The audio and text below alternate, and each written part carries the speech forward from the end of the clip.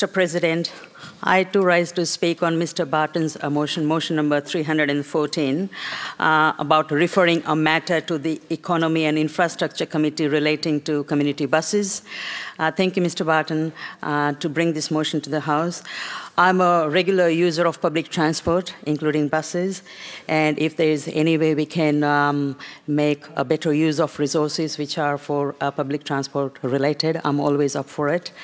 I agree with my colleague, Mr. Erdwan, with all the points that he has raised.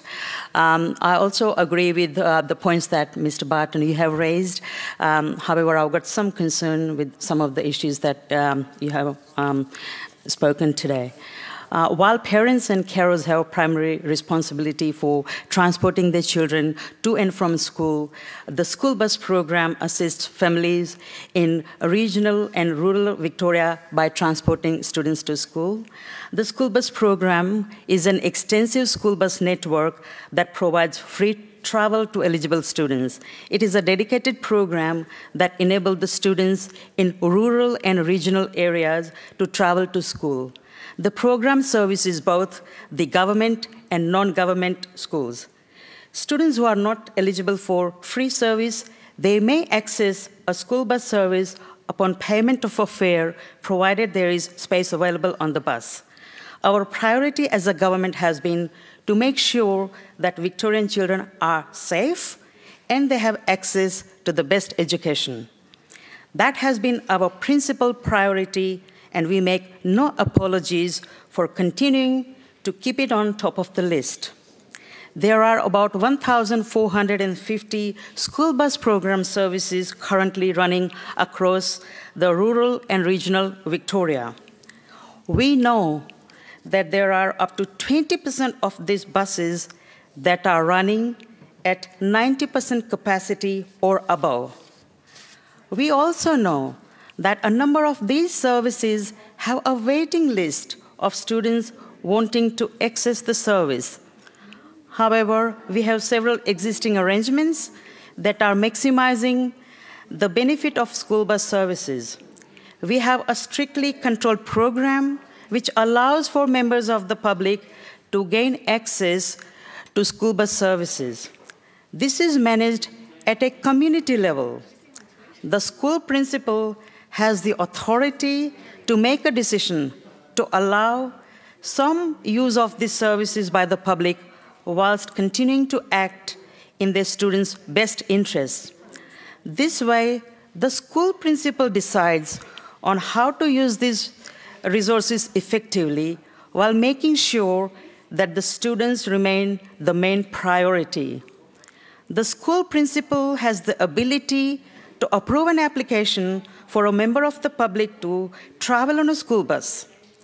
Given that we must look out for the safety of the children, the member of public must adhere to conditions.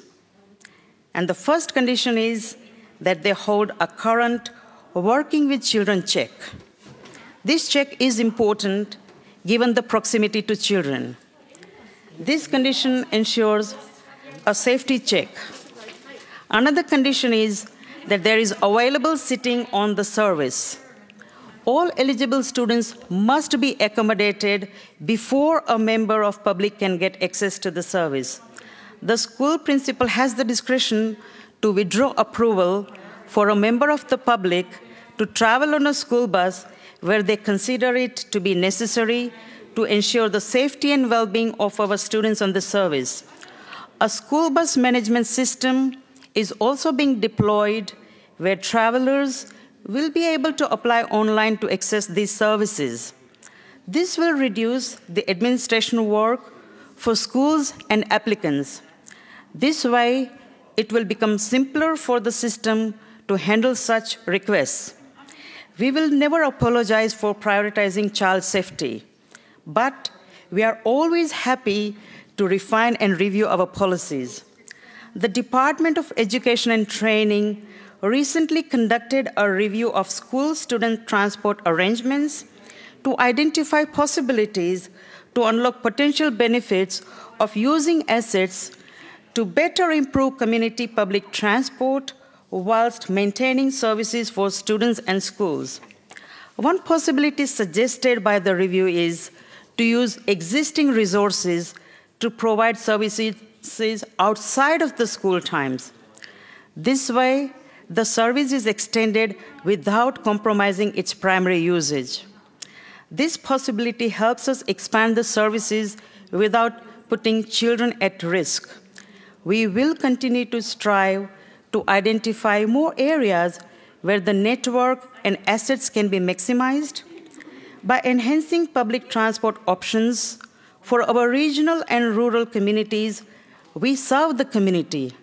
However, our utmost priority is to make sure that students are safe.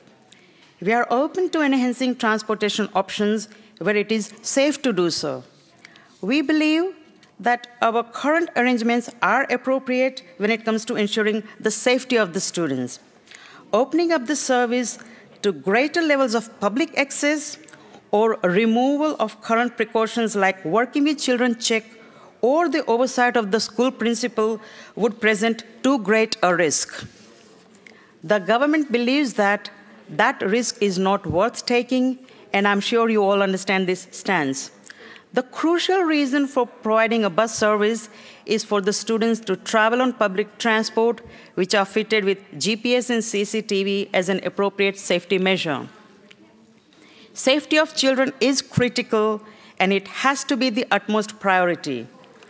I want to assure all parents that the proposal from the Transport Matters Party is not something we can consider fully. The government supports school buses and transport arrangements for students of all ages and abilities. We can't and should not entertain the idea of a wholesale opening up of these services. These services are in place for a particular reason, which is children's safety. If this critical reason is not fulfilled, then the whole point of this service will become obsolete. Children from young primary age to students with disability, they use these services, and compromising their safety is not acceptable. Hence, I'm sure you all can understand that I do not oppose this motion. Thank you.